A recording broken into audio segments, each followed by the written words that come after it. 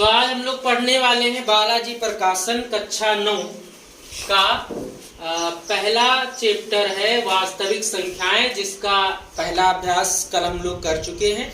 आज इसका दूसरा अभ्यास है 1.2, जिसका पहला सवाल लिखा हुआ है बोर्ड पर।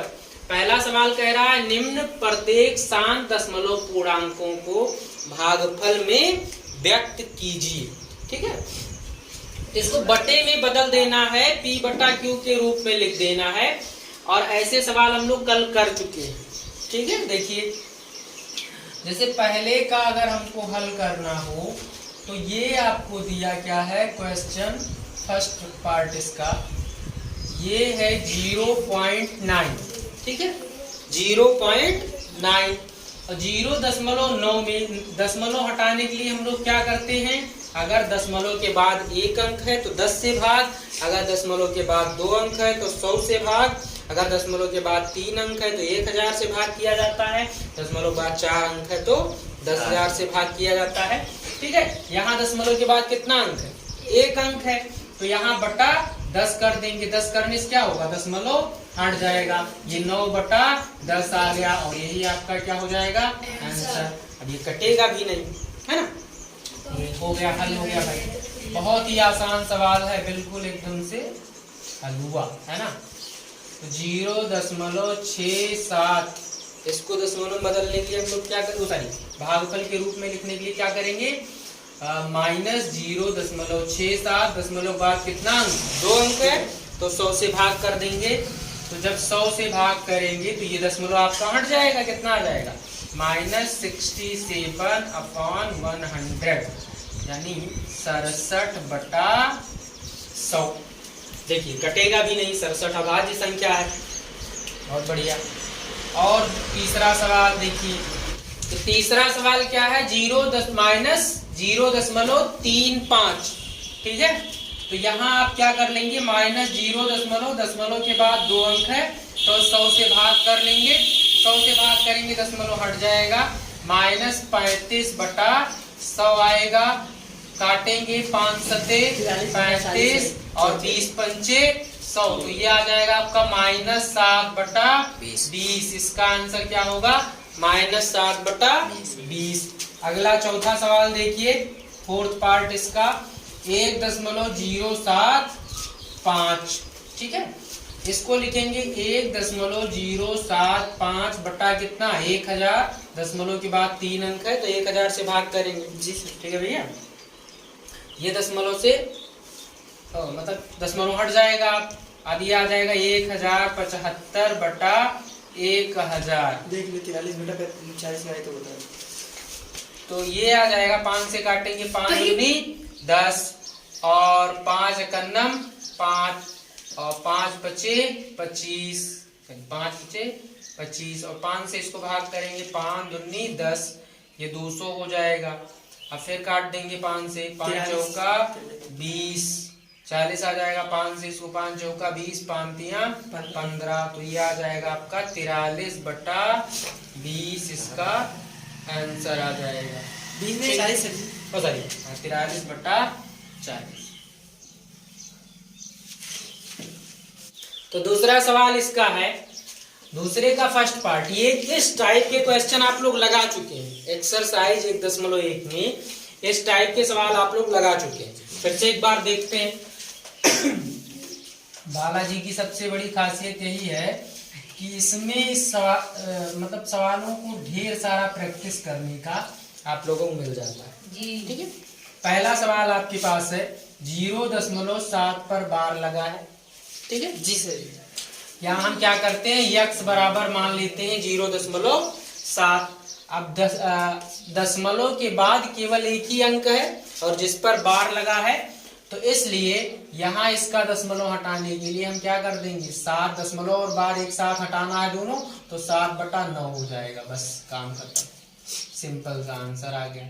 ठीक, दूसरा देखिए आप, 0.57 पर बार लगा है, x बराबर मान लेंगे 0.57,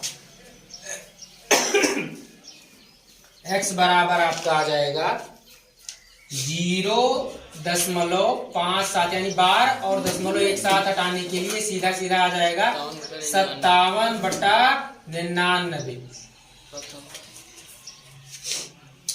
दूसरा हो गया। तीसरा सवाल देखिए क्या है, 0.134। दशमलव बार एक साथ हटाने के लिए ये क्या आ जाएगा, x बराबर इतना मान लेंगे, ये आ जाएगा 134/999। तीसरा हो गया। चौथा देखिए, सब बहुत ही आसान सवाल है। x बराबर मान लेंगे 0.2341। दशमलव बार एक साथ हटाओ तो x बराबर आ जाएगा आपका 2341/9999। ठीक है, हो गया आंसर ये आपका। पांचवा सवाल देखिए, 5x बराबर क्या रहा मान लेंगे 5.317। कल हम लोग इस टाइप के क्वेश्चन कर चुके हैं। तो x बराबर आ जाएगा 5 + 0.317 पर बार। तो x बराबर आ जाएगा 5 प्लस इसका हटाएंगे बार और दशमलव एक साथ, तो 317 बटा कितना 999 आ जाएगा। कैंची गुणा कर लेंगे तो x बराबर आपका हो जाएगा, यहाँ देखिए 5 को 9 से गुणा करेंगे, 9 बचे 45 का 5, फिर 9 बचे 45 और 4 49 का 9, 9 बचे 45 और 4 49 हो जाएगा, और प्लस 317 और बटा में कितना 999 करना 999। तो x बराबर आपका देगा, दोनों ऐड कर लीजिए, 7 5 12 का 2 और 1 10 1 हासिल 11 का 1 और 9 3 12 1 हासिल 13 का 3 और 4 बटा 999। देखिए कितने आसान सवाल हैं। चलो भाग व गुणा करने पर, भाग व गुणा करने पर तो पहली संख्या क्या हो जाएगी 5/4 और अंश में भी 4 से आप गुणा कर दीजिए। इसको क्या लिख सकते हैं 5/1, तो 4 से भाग कर देंगे और 4 से गुणा कर देंगे। ऐसे 6 क्या है, 6 को 4 से गुणा कर देंगे और 4 से भाग कर देंगे, तो कोई फर्क नहीं पड़ेगा, है ना। तो यह आ जाएगा आपका 5 चौक 20 और बटा 4, और यहाँ आ जाएगा 6 चौके 24 बटा 4। तो आपका 5 व 6 के बीच, 5 व 6 के बीच 3 परिमेय संख्याएं, 5 व 6 के बीच 3 परिमेय संख्याएं निकालनी है। तो देखिए 5 और 6 के बीच 3 निकालना था, तो 3 में 1 जोड़ दिया 4, और 4 से 5 में गुणा कर देंगे और भाग कर देंगे। ऐसे 4 से 6 में गुणा कर देंगे और भाग कर देंगे। तो 5 में 4 से गुणा किया, 5 चौके 20, 20 बटा 4 हो गया, और 6 चौके 24, 24 बटा 4 हो गया। अब इन्हीं दोनों के बीच की हम 3 परिमेय संख्याएं लिख देंगे। तो 5 और 6 के बीच 3 परिमेय संख्याएं क्या हो जाएंगी 21 बटा 4 और 22 बटा 4 और 23 बटा 4। 3 परिमेय संख्याएं हो गई। अच्छा, ऐसी हम 2 परिमेय संख्याओं के बीच असंख्य परिमेय संख्याएं होती हैं, और 2 अपरिमेय संख्याओं के बीच भी असंख्य अपरिमेय संख्याएं होती हैं। तो यहाँ पर हम देख लेते हैं ये आपका दिया है 0.5 और 0.6, इसके बीच क्या करना है 3 अपरिमेय, कितनी अपरिमेय संख्याएं निकालनी है 3, ठीक है। तो इसको 0.50, इसको 0.60 लिख सकते हैं, 5 0 6 0, कोई दिक्कत नहीं है। तो अब इन दोनों के बीच की संख्या हमको लिखनी है। तो अतः 0.5 व 50 व 0.60 के बीच 3 परिमेय संख्याएं, 3 परिमेय संख्याएं निम्न है, ठीक है। 3 परिमेय संख्याएं निम्न हैं। तो देखिए 3 परिमेय संख्याएं हम लोग कैसे लिखेंगे, सॉरी 3 परिमेय नहीं अपरिमेय संख्याएं, 3 अपरिमेय संख्याएं निम्न हैं, डैश कर देंगे। तो देखिए अपरिमेय संख्याएं क्या होती हैं, ऐसी परिमेय संख्याएं मतलब ऐसी संख्याएं जिनको हम p बटा q के रूप में नहीं लिख सकते हैं, अपरिमेय संख्याएं कहलाती हैं। तो यहाँ देखिए आपका हो जाएगा, पहली अपरिमेय संख्या हम लिख सकते हैं 0.5115111 फिर 511 डॉट डॉट, ये हो गई।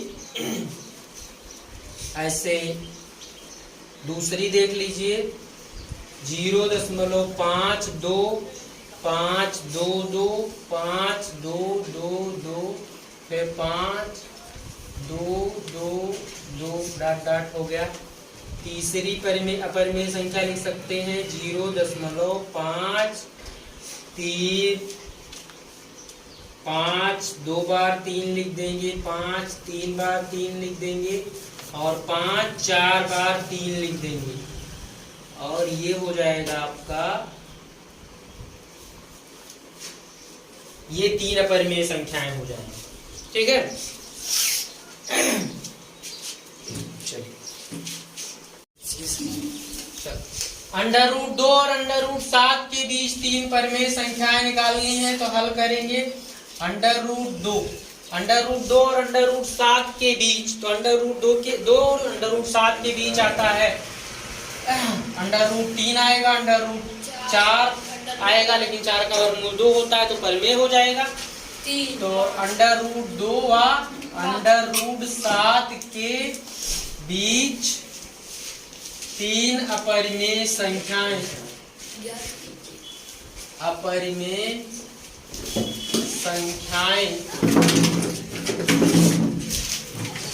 निम्न हैं, 3 अपरिमेय संख्याएं निम्न हैं।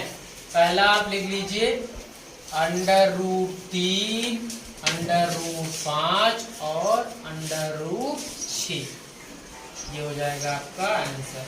ये √2 और √7 के बीच की संख्या है, √3, √5 और √6। सर जी 6 को 3 भी कर सकते हैं क्या? 3 गुणे 2 लिख सकते हैं, लेकिन उससे कोई फर्क नहीं पड़ेगा, तब भी वर्गमूल नहीं निकलेगा ना। वर्गमूल जब निकल आएगा तो परिमेय हो जाएगी ये संख्या। लेकिन